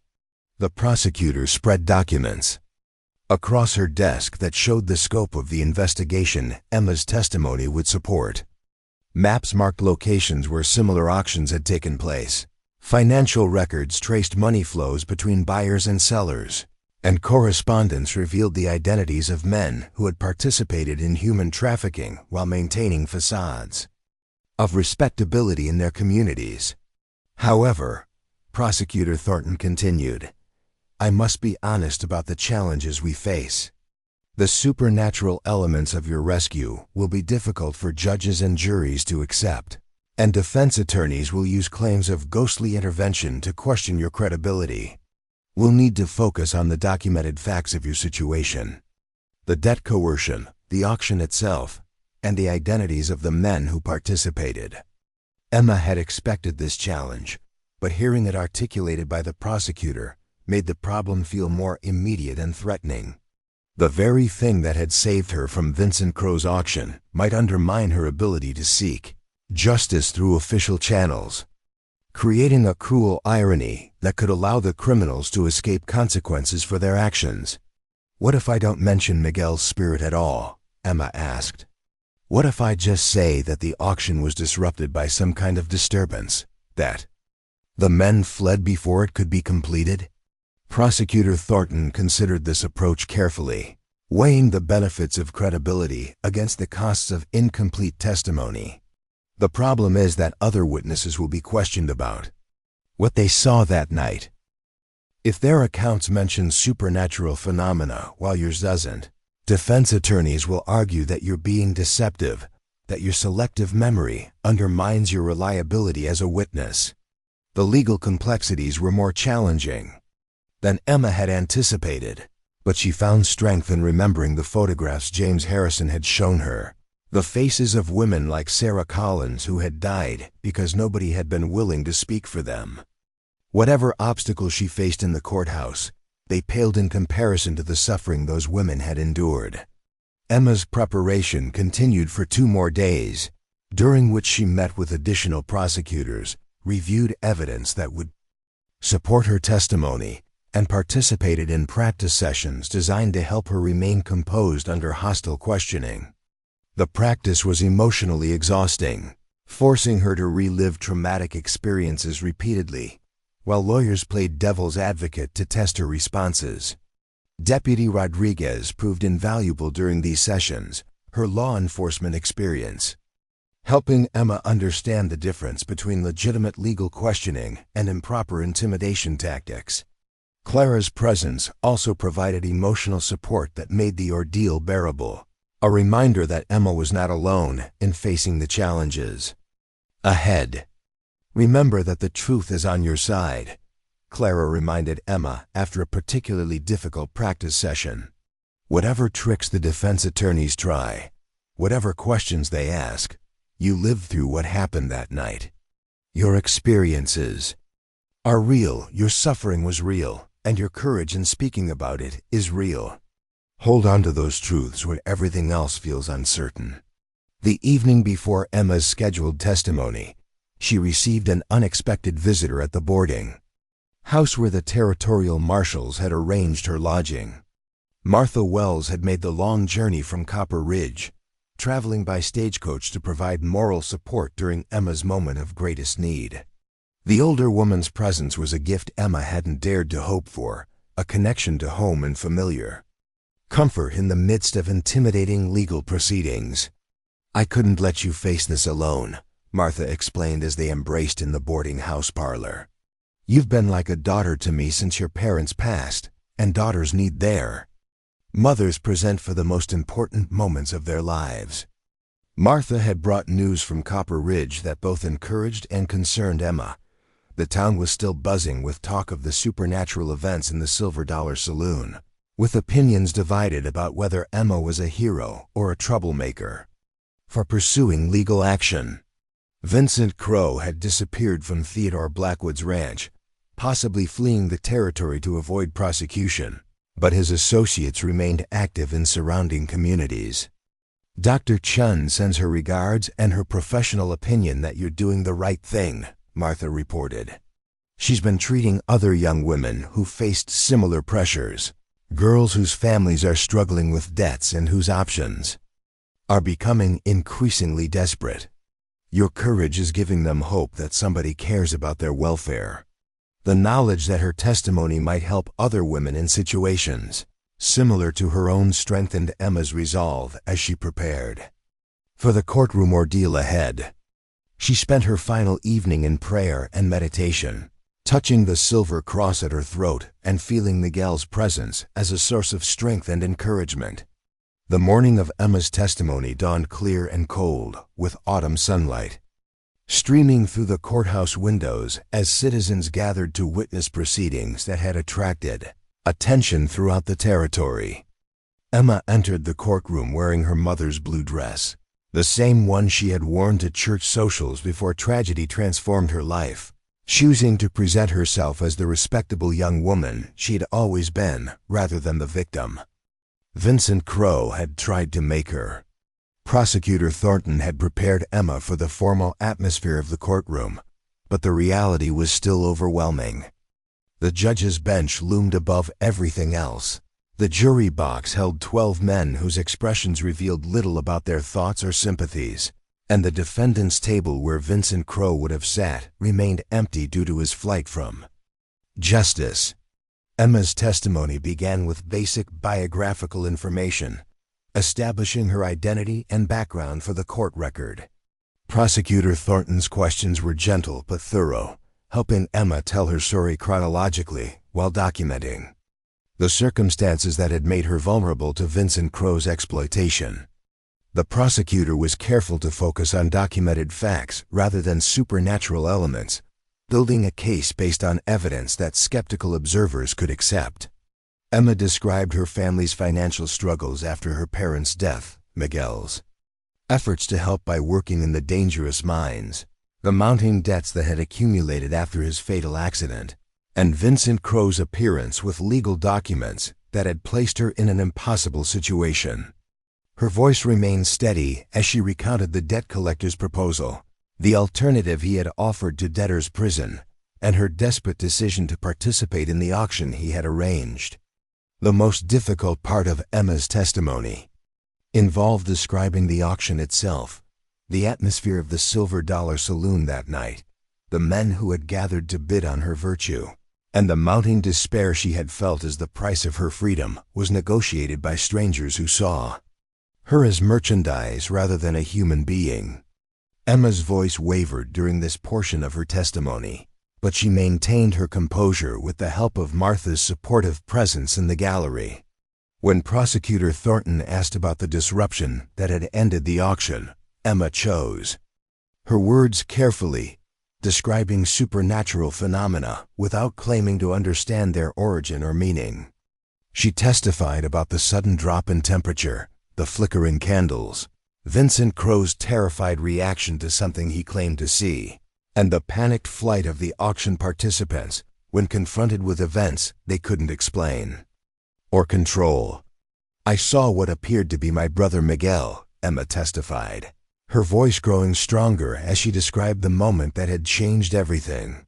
He had died 6 months earlier in a mining accident, but that night in the Silver Dollar Saloon, he appeared as clearly as anyone in this courtroom.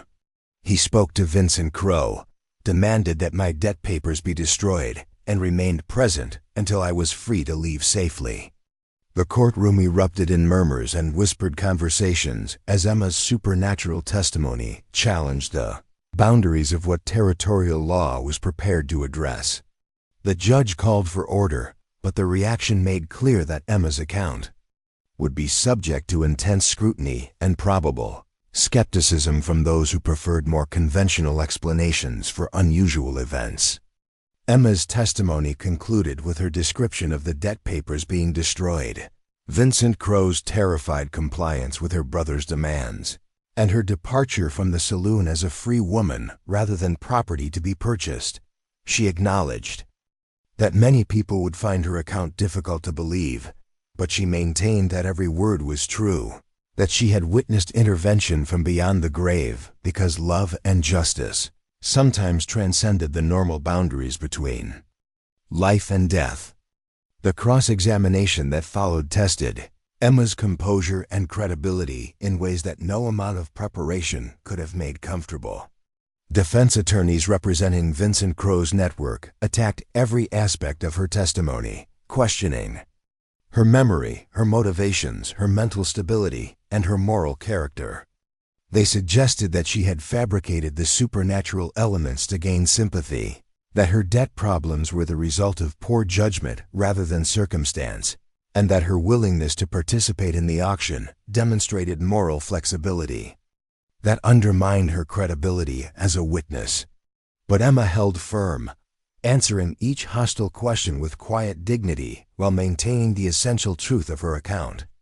When defense attorneys questioned the existence of her brother's spirit, she simply repeated what she had witnessed, neither embellishing nor apologizing for experiences that transcended conventional understanding. When they attacked her character, she acknowledged her mistakes while maintaining that desperation had not destroyed her fundamental decency. Martha Wells watched from the gallery with tears in her eyes as Emma endured questioning designed to humiliate and discredit her. But the young woman's composure never broke completely. Emma drew strength from the silver cross at her throat, from Martha's supportive presence, and from the knowledge that she was speaking for women like Sarah Collins, who had not survived to tell their own stories. The testimony concluded with redirect questioning from Prosecutor Thornton, who helped Emma reaffirm the core elements of her account while demonstrating that hostile cross-examination had not shaken her essential credibility.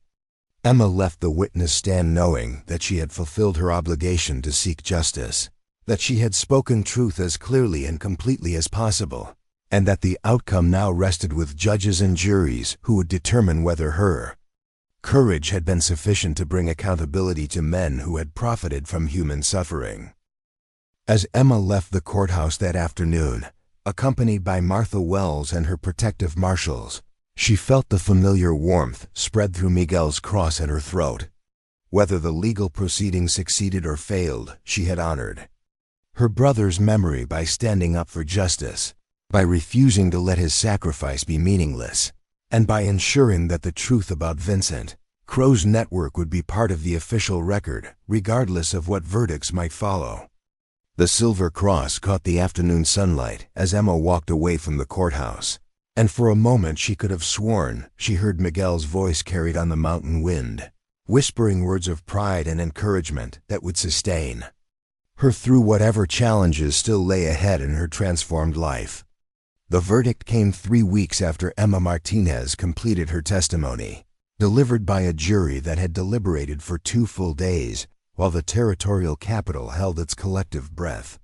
The courthouse was packed beyond capacity as judge William Porter read the formal decision that would determine whether Emma's courage had been sufficient to bring justice to women who had suffered in silence for too long. Vincent Crow had been found guilty in absentia on 17 counts of human trafficking, debt coercion, and conspiracy to commit kidnapping.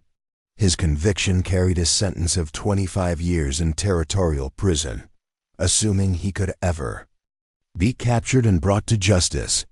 More importantly for the broader case, his conviction opened the door for prosecutions of the wealthy men who had participated in his auctions, men who had thought their money and influence would protect them from accountability. Theodore Blackwood was the first of the prominent buyers to face trial, his case proceeding within days of Crow's conviction, while evidence remained fresh and witnesses were available. The powerful rancher had initially attempted to use his political connections to suppress the charges, but the documentation James Harrison had assembled proved too comprehensive to ignore. Blackwood's trial became a spectacle that drew attention from newspapers across the territory, a public reckoning with men who had hidden their cruelties behind facades of respectability. Emma remained in the territorial capital throughout the subsequent trials, her testimony required for each case as prosecutors worked systematically through the network of buyers and sellers who had participated in Crow's human trafficking operation. The process was emotionally exhausting, forcing her to relive traumatic experiences repeatedly while defense attorneys attempted different strategies to discredit her supernatural account. But Emma's credibility had been established during her initial testimony, and each subsequent trial strengthened rather than weakened her position as a witness.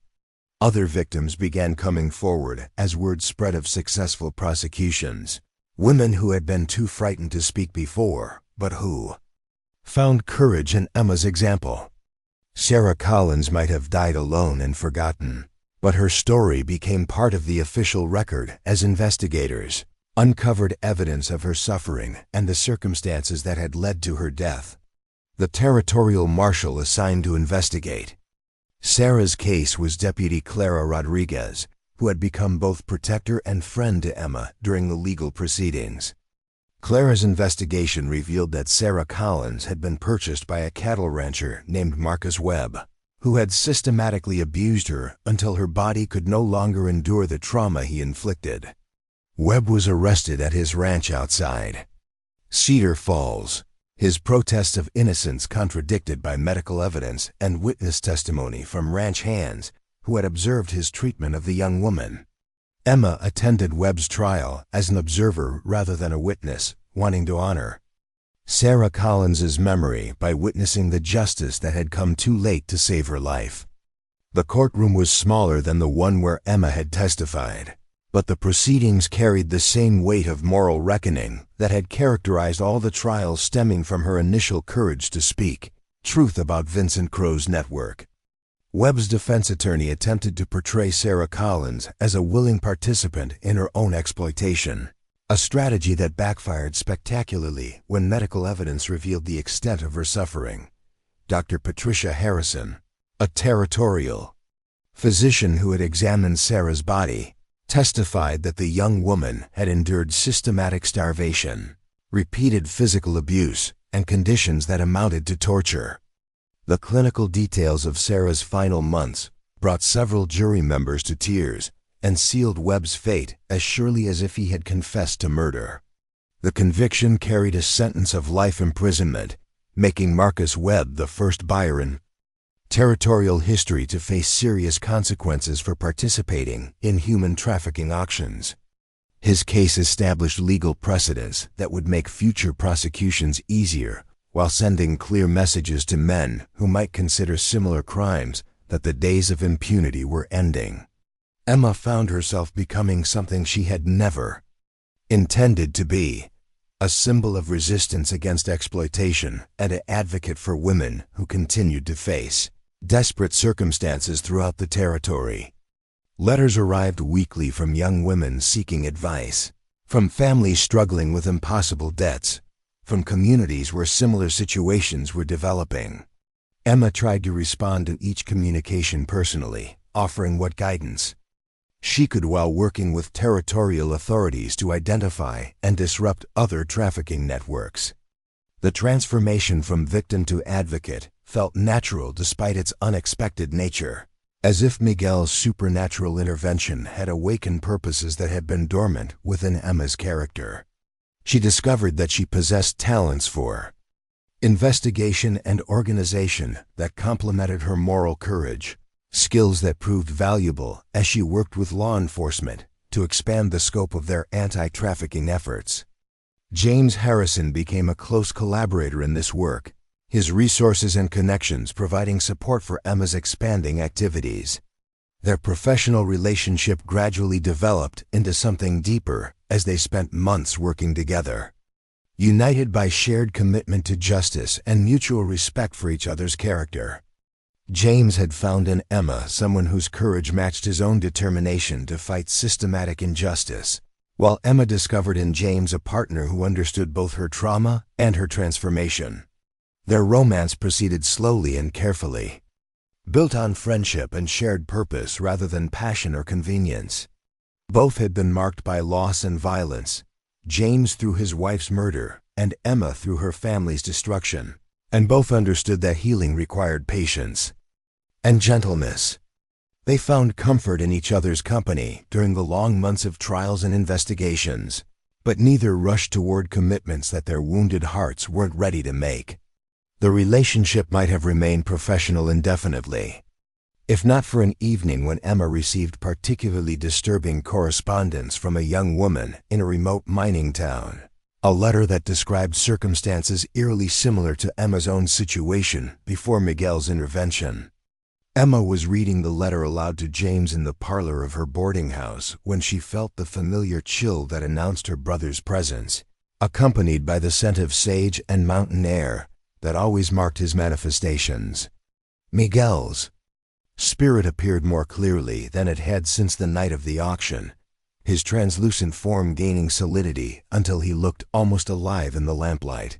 His sandy hair moved in breezes that touched no one else, and his eyes held the same protective love that had driven him to transcend death itself. But this manifestation felt different from his dramatic intervention in the Silver Dollar Saloon, gentler and more conversational, as if the urgent need for rescue had been replaced by quiet communion between siblings who had always shared their deepest thoughts. James Harrison watched in amazement as Emma conversed with her brother's ghost, observing a reunion that challenged every assumption he had made about the boundaries between life and death. Miguel's attention eventually turned to James, studying the man who had become important to his sister with the careful assessment of a protective brother, evaluating a potential romantic partner. "You've been good to her," Miguel's spirit said, his voice carrying the weight of gratitude mixed with warning. "Emma has suffered enough for several lifetimes. She deserves someone who will treasure her gentleness while respecting her strength." James found his voice despite the supernatural nature of the conversation. "I understand the responsibility, and I'm honored by your sister's trust. She's shown more courage than anyone should be required to possess." Miguel's ghost smiled with approval, recognizing sincerity in James's response. "Emma doesn't need another protector. She's strong enough to protect herself and brave enough to protect others. What she needs is a partner who will stand beside her, not in front of her." The distinction was important, acknowledging Emma's transformation from victim to advocate while recognizing her continued need for companionship and support. Miguel's blessing carried weight that transcended normal family approval, representing acceptance from someone who had literally died trying to protect his sister and who had returned from beyond the grave to ensure her continued welfare. Emma's conversation with Miguel that evening also addressed the question of whether his spirit would continue to manifest or whether his protective mission was complete. The ghost's response revealed that his presence was tied to Emma's emotional needs rather than external threats, that he would remain available to her as long as she required the comfort of his companionship, but would gradually fade as she built new sources of strength and support. "You don't need me the way you once did, Hermana," Miguel said with gentle sadness. "You've found your own courage, your own purpose, your own reasons to keep fighting. That was always what I wanted for you, even when I was alive." The knowledge that Miguel's manifestations would eventually end was bittersweet, representing both loss and growth in Emma's continuing journey toward healing. She had gained strength from her brother's supernatural presence, but she understood that true recovery required learning to live without dependency on anyone, even beloved spirits who offered comfort from beyond the grave. Emma's work with territorial authorities expanded significantly in the months following the successful prosecutions, as her reputation for discretion and effectiveness spread throughout law enforcement communities. She became an unofficial consultant on human trafficking cases, helping investigators understand the psychological and social factors that made women vulnerable to exploitation while identifying patterns that might indicate criminal activity. The work was emotionally demanding but deeply satisfying, providing Emma with purposes that honored both Miguel's memory and her own survival. Each case she helped solve, each woman she helped rescue, Each trafficker she helped convict represented a victory over the forces that had once threatened to destroy her own life. The silver cross at her throat remained a constant reminder of the love that had transcended death to protect her, but it also became a symbol of the justice she was helping to bring to others. Emma's relationship with James Harrison deepened gradually as they worked together on increasingly complex cases, their professional collaboration evolving into personal partnership built on mutual respect and shared values. James's resources and connections complemented Emma's intuitive understanding of exploitation patterns, creating an investigative team that proved remarkably effective at identifying and disrupting trafficking networks throughout the territory. Their romance proceeded with the caution of people who had both experienced devastating loss, but who were learning to trust in the possibility of happiness despite tragedy. James proposed on a snowy evening in February, offering Emma a simple gold band that had belonged to his grandmother, a family heirloom that represented continuity and hope rather than ostentatious display of wealth. Emma accepted the proposal, with joy tempered by practical concerns about their dangerous work and the enemies they had made through successful prosecutions. But she also understood that life offered no guarantees of safety or permanence, that love required courage to embrace possibilities despite risks, and that Miguel's supernatural intervention had been intended to give her the freedom to choose her own path rather than live in fear of uncertain futures. Their wedding took place in the spring at a small church in the territorial capital, with Martha Wells serving as matron of honor and Deputy Clara Rodriguez providing security that had become necessary due to threats from associates of the traffickers they had helped convict. The ceremony was simple but meaningful, attended by law enforcement officials, prosecutors, and other women whose lives had been changed by Emma's courage to speak truth about systematic exploitation. Miguel's spirit appeared during the wedding ceremony, visible to Emma and James but apparently invisible to other guests. His translucent form standing near the altar as his sister exchanged vows with the man who had become her partner in both love and justice.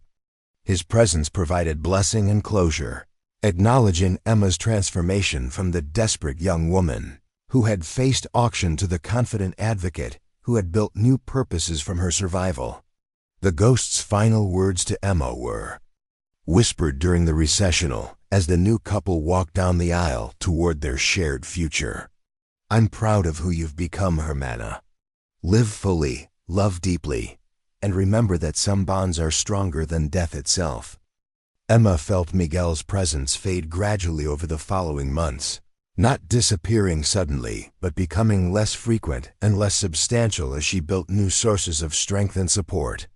His supernatural protection had served its purpose. By giving her time and space to heal, to discover her own capabilities, and to create relationships that could sustain her through whatever challenges remained ahead.